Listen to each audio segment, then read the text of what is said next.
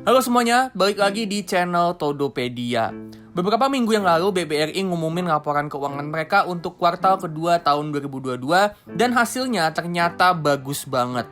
Nah, seberapa bagus hasilnya dan apakah BBRI di harga yang sekarang ini bagus buat investasi jangka panjang, bakalan kita bahas di video ini. Sebelum kita mulai, jangan lupa subscribe dan tekan lonceng supaya kalian up to date sama channel ini. Oke, yuk kita mulai aja.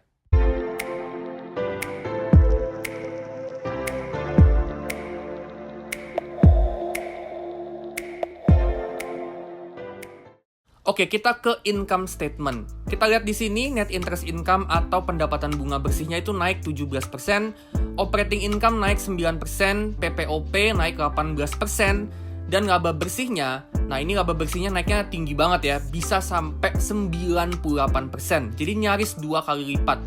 Nah, laba bersihnya yang naiknya hampir 2 kali lipat ini ternyata selain karena pendapatannya yang tumbuh, itu karena provision expense atau beban provisinya yang turun. Jadi ini pertanda yang bagus sebenarnya, tapi menurut gua ini nggak bakalan bertahan lama. Karena sewaktu-waktu beban provisi ini mesti dinaikin sama BBRI buat jaga-jaga kalau banyak pinjaman yang gagal bayar. Oke, sekarang kita lihat rasio finansialnya. ROE atau return on equity-nya ini bagus ya, bisa naik ke 17%. NIM atau net interest margin-nya juga tinggi banget nih ya, sampai 8,2% dan ini bagus banget. Terus NPL atau non-performing loan ini termasuk agak tinggi dan dia naik tipis, jadi ini pertanda yang agak kurang bagus. Tapi selama di bawah 4%, kalau menurut gua NPL ini masih aman ya. Terus CASA atau current account saving account ratio-nya ini naik dan ini bagus banget. Cost to income ratio-nya naik dan ini juga pertanda yang kurang bagus ya, artinya pengeluarannya itu naik. Terus loan to deposit ratio atau LDR-nya 88%, ini cukup oke. Dan CAR atau capital adequacy ratio ini juga bagus banget di 25%. Overall dari profitability sama kesiapan modal BBRI ini bagus banget. Cuma kurangnya itu dari sisi NPL-nya yang naik, terus juga cost to income ratio-nya naik.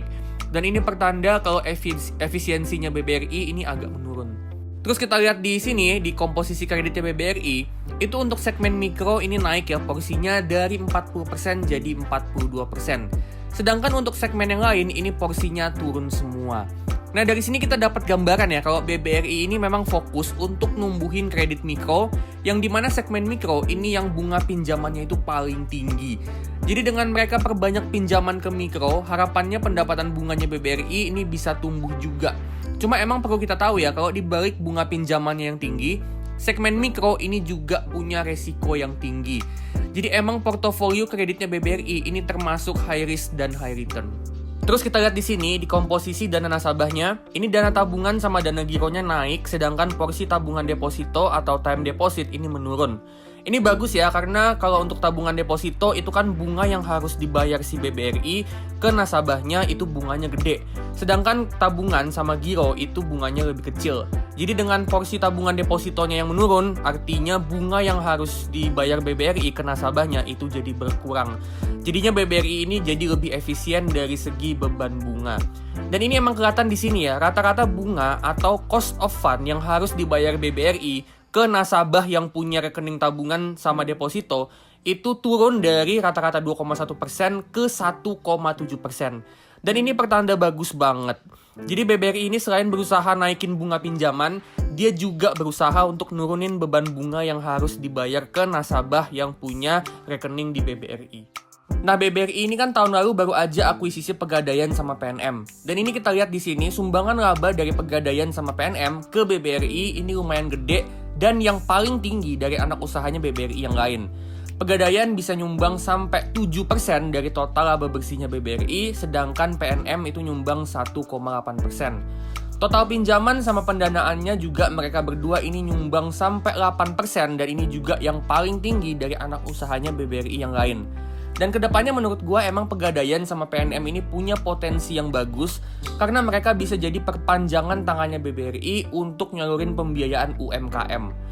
Lewat Pegadaian, BBRI bisa kasih pembiayaan secara gadai ke pelaku UMKM, sedangkan PNM ini bisa jadi perpanjangan tangannya BBRI untuk nyalurin pendanaan plus juga pelatihan ke masyarakat desa yang mau buka usaha. Jadi PNM ini bukan cuma kasih pendanaan ke masyarakat desa yang mau buka usaha, tapi mereka juga ngajarin gimana caranya mereka itu supaya bisa berbisnis. Nah, dengan mereka bisa nyatu dan bisa sinergi, harapannya itu bisa nambah pinjaman sama pendanaannya BBRI ke segmen mikro. Yang mana segmen mikro itu punya potensi buat naikin pendapatan bunga. Karena yang kayak tadi gue bilang ya, kalau segmen mikro itu bunga pinjamannya lebih tinggi dari segmen yang lain.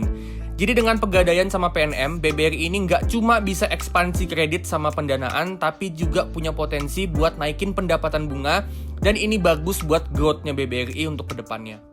Terus BBRI ini juga punya potensi dari digitalisasi mereka lewat aplikasi Brimo, dan mereka mau ngembangin Brimo ini jadi super app di mana Brimo ini bisa memenuhi semua kebutuhan finansialnya nasabah, dan mereka ngeluarin dana capital expenditure sekitaran 4,5 triliun untuk investasi ngembangin sistem IT-nya, mulai dari ngembangin fitur-fitur baru sampai ekspansi ekosistemnya Brimo. Nah, gue udah pernah bahas ya di video-video sebelumnya, kalau dengan ekosistemnya ini makin luas dan fiturnya juga makin banyak, itu bakalan ngebuat makin banyak transaksi yang bakalan terjadi di aplikasi Brimo, yang itu bakalan numbuhin pendapatan dari fee transaksi. Nah, sekarang BBRI ini dengan labanya yang tumbuh 98% year on year, kita bakalan hitung berapa harga wajar untuk buy saham BBRI. Seperti biasa, kita bakal pakai discounted dividend model untuk hitung harga wajarnya itu dari potensi dividen sama capital gain yang kita dapat di masa depan dari saham BBRI. Untuk itu, kita perlu buat asumsi berapa growth atau pertumbuhan labanya di masa depan, berapa valuasi price to earning atau PE-nya di masa depan, berapa dividen payout ratio-nya di masa depan, sama berapa return yang kita mau dari saham BBRI. Nah, untuk proyeksi masa depannya BBRI, anggaplah kita mau invest di BBRI itu untuk jangka waktu 10 tahun ke depan. Jadi kita bakalan pakai jangka waktu 10 tahun. Oke, pertama kita buat asumsi untuk growth. BBRI ini kedepannya mungkin bakalan dapat tambahan growth dari pegadaian sama PNM plus juga transformasi digital. Tapi mungkin nggak akan signifikan banget karena BBRI ini perusahaan yang udah gede banget, jadi udah agak susah untuk tumbuh. Jadi di sini pihak BBRI proyeksiin growth untuk pinjamannya itu bakalan tumbuh 9-11%. Nah, ini bisa kita jadiin patokan untuk asumsi growth BBRI untuk kedepannya. Nah, kita pakai aja asumsi growth-nya itu 9%. Nah, 9% ini kita taruh di middle case. Terus untuk low case kita pakai 6% dan high case-nya kita pakai 12%. Next, terminal PE atau price to earning di tahun ke-10 nanti. Price to earning ini bergantung dari growth sama economic mode. BBRI ini economic mode-nya menurut gue termasuk yang kuat sebagai perbankan mikro dan bakalan makin kuat dengan adanya pegadaian sama PNM. Tapi dengan ukurannya yang udah gede banget, kedepannya mungkin growth-nya itu nggak bakalan kenceng. So, kita pakai asumsi yang agak konservatif aja ya. Kita pakai 14, 16, sama 18 kali PER-nya BBRI di tahun ke-10 nanti. Next, untuk dividen payout ratio, BBRI biasanya bagiin dividen itu dengan payout 65% dari total labanya. Tapi tahun lalu, dia naikin jadi 85% dari total labanya. Cuma kali ini kita bakal pakai asumsi yang di sini juga kita pakai yang konservatif ya. Jadi kita tetap asumsiin kalau dividen payout ratio ke depannya itu bakalan tetap 65%. Terakhir, untuk return on investment, kita mau return 13% per tahun dari saham BBRI supaya kita bisa ngalahin return dari IHSG. Oke, kita udah buat asumsinya, sekarang kita lihat ya. BBRI sekarang ada di harga 4.340 per video ini dibuat. Dan harga wajarnya BBRI untuk skenario low case itu ada di 3.400-an. Untuk middle case itu ada di 4.720 dan untuk high case harga wajarnya itu ada di 6.480. Jadi kalau ternyata nih proyeksi dari manajemennya BBRI ini ternyata benar, BBRI itu loan atau pinjamannya bisa tumbuh seenggaknya 9-11% dan labanya juga kurang lebih tumbuhnya segitu, berarti harga wajarnya itu ada di kisaran 4.700 dan di harga sekarang ini masih sedikit under value dan masih bagus untuk buy untuk tujuan investasi jangka panjang ya mungkin untuk 10-15 tahun ke depan. Jadi dengan BBRI ini punya pegadaian dan PNM yang juga bakalan nyumbang profit, ini ngebuat harga wajarnya jadi naik dan BBRI juga punya tambahan potensi growth jangka panjang dari pegadaian sama PNM ini.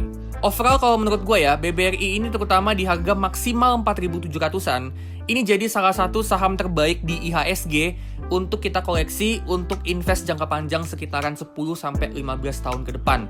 Karena dia ini perusahaan yang gede, kinerjanya bagus banget, stabil banget, dia juga rutin bagi dividen, punya potensi growth yang menurut gue lumayan bagus.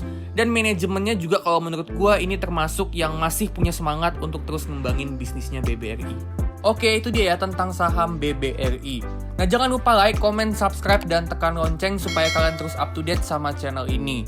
Nah, disclaimer ya, ini bukan perintah untuk jual dan beli, ini juga bukan rekomendasi saham, tapi ini cuma analisa gue aja. Keputusan di tangan masing-masing, dan tanggung jawab atas keputusan itu juga ditanggung dari kalian masing-masing, dan gue nggak bertanggung jawab atas apapun kerugian yang kalian dapat. Oke, kalau gitu gue pamit dulu, dan sampai ketemu di video selanjutnya.